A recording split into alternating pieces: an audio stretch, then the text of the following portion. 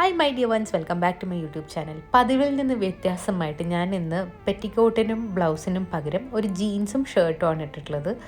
പ്രത്യേകിച്ച് റീസണൊന്നുമില്ല, സാരി നമുക്ക് എങ്ങനെ വേണമെങ്കിലും ഉടുക്കാമെന്ന് ഞാനൊന്ന് പരീക്ഷിച്ച് നോക്കിയതാണ്. ഇന്ന് നമ്മൾ ചെയ്യാൻ പോകുന്നത് സർഗുജ ഡ്രേപ്പാണ്. ഛത്തീസ്ഗഡിലുള്ള ഒരു ഡ്രേപ്പാണിത്. അപ്പോൾ ആദ്യം തന്നെ സാരിയുടെ മേജർ പോർഷൻ നമ്മുടെ ലെഫ്റ്റ് സൈഡിലേക്ക് ഇട്ടിട്ട് നടുക്കായിട്ട് നമ്മുടെ ശരീരത്തിൻ്റെ നടുക്കായിട്ട് ഒരു ഡബിൾ നോട്ട് ചെയ്യുക. നല്ല ടൈറ്റായിട്ട് നോട്ട് ചെയ്യണം.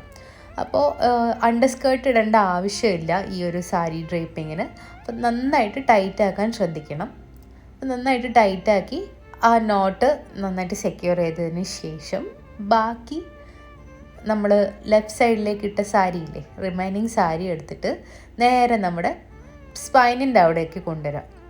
ഫുൾ ചുറ്റിയെടുക്കണ്ട, സ്പൈനിൻ്റെ അവിടെ വരെ കൊണ്ടുവന്നിട്ട് നന്നായിട്ട് ടക്കിൻ ചെയ്യുക. അപ്പം നമ്മുടെ ആ ഭാഗങ്ങളൊക്കെ സൈഡിലേക്ക് നന്നായിട്ട് ടക്കിൻ ചെയ്യണം, അല്ലെങ്കിൽ സാരി അഴിഞ്ഞു പോവും.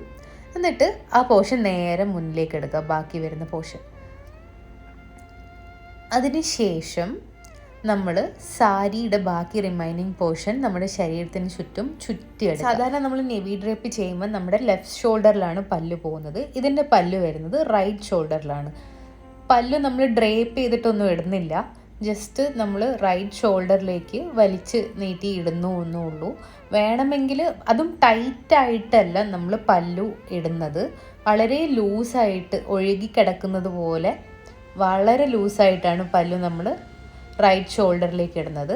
എന്നിട്ട് അവിടെ നിന്ന് ആ പോർഷൻ, ആ പല്ലു ഒന്ന് നന്നായിട്ടൊന്ന് ഒലഞ്ഞ് കിടക്കാൻ വേണ്ടിയിട്ട് ഒന്ന് അഡ്ജസ്റ്റ് ചെയ്യുക. അത് കഴിഞ്ഞിട്ട് ബാക്കി വരുന്ന പോർഷൻ നമുക്ക് തലയിൽ കൂടെ ഇടാം, മറ്റേ ഗൂങ്കട്ട് പോലെ തലയിൽ കൂടെ ഇടാം. എന്നിട്ടും ബാക്കി വരുന്ന പോർഷൻ എടുത്തിട്ട് നമുക്ക് വീണ്ടും ഫ്രണ്ടിലേക്ക് തന്നെ കൊണ്ടുവന്ന് നമുക്ക് കൈയുടെ അടിയിൽ കൂടെയോ അല്ലെങ്കിൽ ഷോൾഡറിലേക്ക്, നമ്മുടെ റൈറ്റ് ഷോൾഡറിലേക്ക് തന്നെ ഇടാം. അപ്പോൾ ഇങ്ങനെയാണ് സാരിയുടെ ഫുൾ ലുക്ക് വരുന്നത്.